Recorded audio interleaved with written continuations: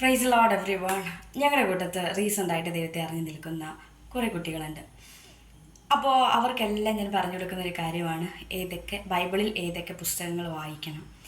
ബിഗിനേഴ്സിന് വേണ്ടിയിട്ട് പറഞ്ഞു കൊടുക്കുന്ന കുറേ കാര്യങ്ങളാണ്. അപ്പോൾ ഇന്ന് ഇതുപോലെ ദൈവസന്നിധിയിൽ വന്നിട്ട് ബൈബിൾ റീഡിന് ഭയങ്കര ആഗ്രഹമാണ്. എവിടെ നിന്ന് തുടങ്ങണം, എവിടെ അവസാനിപ്പിക്കണം, എന്തൊക്കെ കാര്യങ്ങൾ ശ്രദ്ധിക്കണം, അതൊന്നും അറിഞ്ഞുകൂടാതെ ഒത്തിരി സംശയങ്ങൾ ഒരുപാട് പേരുടെ ഹൃദയത്തിനകത്തുണ്ട്. അതുപോലെ തന്നെ അതായത് ദൈവത്തെ അറിഞ്ഞു നിൽക്കുന്ന വ്യക്തികളോട് ആരെങ്കിലും വന്ന് ചോദിക്കുവാണ്, എനിക്ക് ബൈബിൾ റീഡ് ചെയ്യണമെന്ന് ആഗ്രഹമുണ്ട്, എവിടെ നിന്ന് തുടങ്ങണം, ഞാൻ റീഡ് ചെയ്ത് തുടങ്ങി പക്ഷെ എനിക്കൊന്നും മനസ്സിലാകുന്നില്ല എന്ന് പറഞ്ഞ് ഇങ്ങനെ വിഷമിച്ച് ഒരുപാട് വന്ന് നമ്മളോടും ചോദിക്കുമ്പോൾ നമ്മൾ പറയുന്നൊരു വാക്കാണ്, അയ്യോ എനിക്കറിയത്തില്ല, ഞാൻ അന്വേഷിച്ചിട്ട് എന്ത് ചെയ്യാം, പറഞ്ഞു തരാം. അപ്പോൾ ഇനി എസ്കേപ്പ് ആവരുത് ആ വിഷയത്തിനകത്ത് നിന്ന് നിങ്ങൾക്ക് വേണ്ടിയിട്ടാണ് ഇന്ന് ഞാൻ പറഞ്ഞു തരുന്നത്. അപ്പോൾ നമുക്കറിയാം ബൈബിളിൽ 66 പുസ്തകങ്ങളുണ്ട്. അതിൽ 39 പഴയ നിയമവും 27 പുതിയ നിയമത്തിൽ നിന്നാണ് നമ്മൾക്കറിയാം. കൂടുതൽ പേരുടെയും കയ്യിൽ കിട്ടുന്നത് ന്യൂ ടെസ്റ്റ്മെൻ്റ്, അത് പുതിയ നിയമമായിരിക്കും ആദ്യം കിട്ടുന്നത്. അപ്പോൾ ഉറപ്പായിട്ട് നിങ്ങൾ റീഡ് ചെയ്യേണ്ട ബുക്കുകൾ, അതായത് ചാപ്റ്റേഴ്സ് അല്ലെങ്കിൽ പുസ്തകങ്ങൾ എന്ന് പറയുന്നത് നമുക്കറിയാം. അതിനകത്ത് സുവിശേഷങ്ങളായിട്ട് അങ്ങനെ ഓരോരോ പാർട്ടായിട്ട് എന്ത് ചെയ്യുന്നുണ്ട്, തിരിച്ചിരിക്കുന്നു.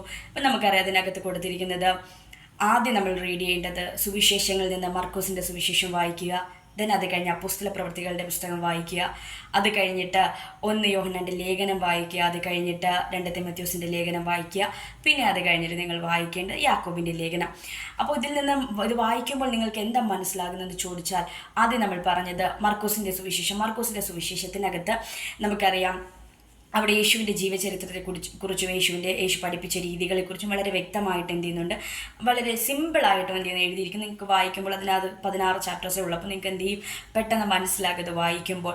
അത് കഴിഞ്ഞിട്ട് പറയുന്നത് അപ്പോസ്തല പ്രവൃത്തികൾ, സഭാചരിത്രം, സഭ എങ്ങനെ സ്റ്റാർട്ടായി, അപ്പോൾ അങ്ങനെ അതിനകത്ത് പരിശുദ്ധാത്മാവിൻ്റെ പ്രവൃത്തി എത്രത്തോളം ഇമ്പോർട്ടൻസ് ആണ് എന്നൊക്കെ ഒരുപാട് കാര്യങ്ങൾ അതിനകത്ത് പറയുന്നുണ്ട്.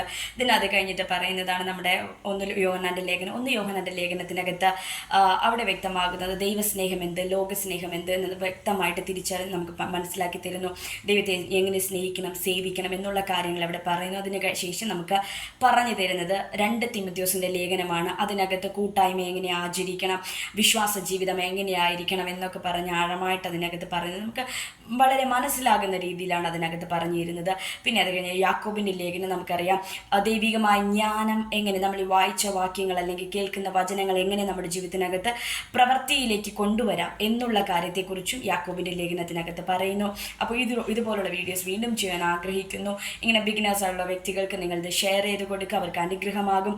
അപ്പോൾ ഈ 5 ചാപ്റ്റേഴ്സ് അല്ലെങ്കിൽ 5 ബുക്സ് നിങ്ങളിന്ന് മസ്റ്റായിട്ടൊരു 6 months 7 months നന്നായിട്ട് റീഡ് ചെയ്യുക. നിങ്ങളുടെ ജീവിതത്തിന് ഭയങ്കര അനുഗ്രഹമായിരിക്കും. ദൈവം എല്ലാവരെയും സഹായിക്കട്ടെ. നിങ്ങൾക്ക് വീഡിയോ മനസ്സിലായെന്ന് വിശ്വസിക്കുന്നു. Garh bless you all. Amen.